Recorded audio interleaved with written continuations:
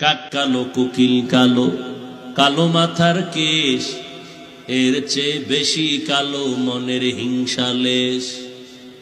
নিম তিতা নিন্দা তিতা আরো তিতা খর, এর চেয়ে বেশি তিতা 203-এর ঘর। একটা কাক যখন বাচ্চা দেয়, হায়াতুল হায়ওয়ানে আছে, 3 দিন পর্যন্ত কাক বাচ্চার কিনারায় যায় না। কারণ বাচ্চা যখন দুনিয়াতে আসে, কাকের বাচ্চাটার শরীর থাকে সাদা, কোনো পশম নেই। 3 দিন পর্যন্ত মা কাছে যায় না ভয়। এই 3 দিন পর্যন্ত বাচ্চারে কে খাওয়ায়? কেমনে খাওয়ায় জানেননি? মা কাছে যায় না, দূরে থাকে ভয়ে। ওই বাচ্চাটা বাসার মধ্যে থাকে সাদা, কালো পশম উঠে না, 3 দিন লাগবে উঠতে।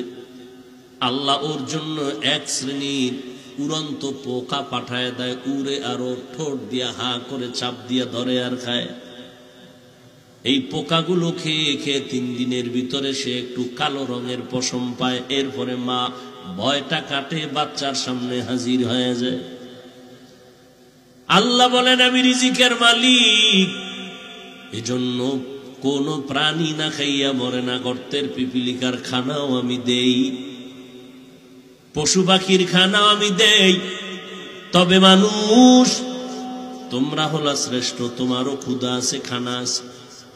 তবে তোমার খানাটা আমি গরু অন্য মাখলুকতের মতো খানা দেই না। তোমারটা অনেক পিওর, কাবার লাগায় দিস।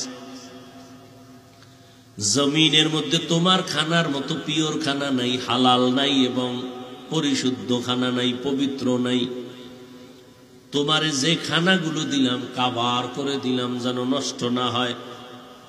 তুমি খানা খাইবা, ভাতের চালটা কাবার দিয়া দিলাম। রুটি খাইবা, রুটি বানানোর গমটাও কাবার দিয়া দিলাম। সব খানাগুলো কাবার সিস্টেম করে রাখলাম। আবার কিছু খানা আছে কাভার নাই, তবে এমন সিস্টেম করেছি কাভার না থাকলেও এর উপরে কারো আক্রমণ চলবে না, কোন আক্রমণ চলবে না। তুমি জানো পিওর ভাবে এটাকে খাইতে পারো, এই জন্য আক্রমণ করার কোনো কায়দা নেই। এই বান্দা, তুমি শাক খাইবা, তুমি কচু শাক খাইবা, দেখছো নি ওটার মধ্যে এমন প্লেন সিস্টেম করেছি, লেমিনেশনের একটা পর্দা লাগায় দিছি। পানিও লাগবে না, কিছুই লাগবে না। হালকা পানি দিয়া ধুইয়া নাও, পরিচ্ছন্ন হবে, কোনো মেহনত লাগবে না। আল্লাহ বলেন, এরে গোলাম,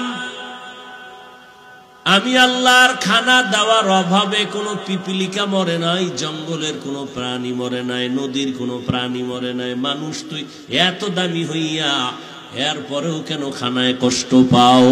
এটা আল্লাহর কারণে না, বান্দা তোর চরম অপরাধ আর অন্যায় গুনার কারণেই।